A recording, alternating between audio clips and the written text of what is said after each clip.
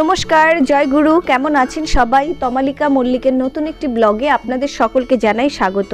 সবসময় আপনারা দেখেছেন অন্যের সবজি বাগান আপনাদের ভিডিও করে দেখিয়েছি, তো আজকে আমি আমার নিজের বাগান ভিডিও করছি। একদম রেডি।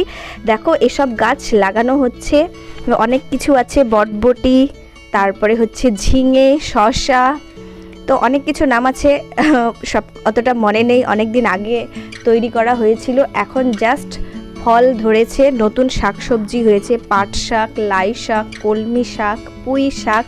আর এই জায়গাগুলো আপনারা দেখেছেন এখন বর্তমানে চারা ভর্তি আছে, যখন এটা নতুন তৈরি করা হচ্ছিল তাই একদম ফাঁকা আছে। চলেন তো ঘুম থেকে উঠে যাওয়া যাক। ভেন্ডি গাছ আছে এখানে, নতুন কয়েকটা করে ভেন্ডি ধরেছে, শসা হয়েছে। এই শসাটা সুন্দর না, একদম ব্যাকাতেরা হয়ে গেছে, আর এই ভেন্ডিটা একটু পুরট হয়ে গেছে।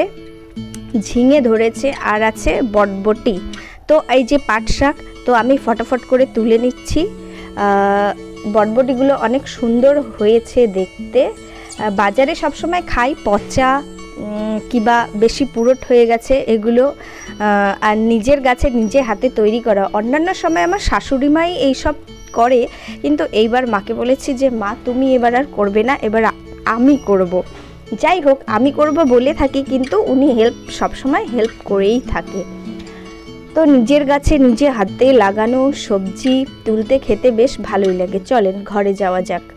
তো এগুলো তুলে নিলাম, বেশ অনেকটাই হয়েছে, তো তাড়াতাড়ি রান্না কমপ্লিট করে নিই। শ্রেয়সীর বাবা বাইরে চলে যাবে, পনির আলু দিয়ে ঝোল করেছি, আর কচুর শাক।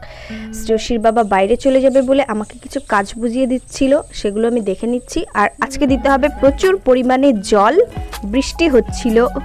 বৃষ্টি হচ্ছিল, তো এগুলো ঢাকা আছে, অল্প অল্প করে জল দিতে হবে। আর আমি যেগুলোতে জল দিচ্ছি সেগুলি হচ্ছে 12 মাসি কাঁঠাল। তো শ্রেয়সীকে স্নান করে নিয়েছি, ভাত খেয়ে নিয়েছে, তারপরে ওকে একটু ফল কেটে দিই।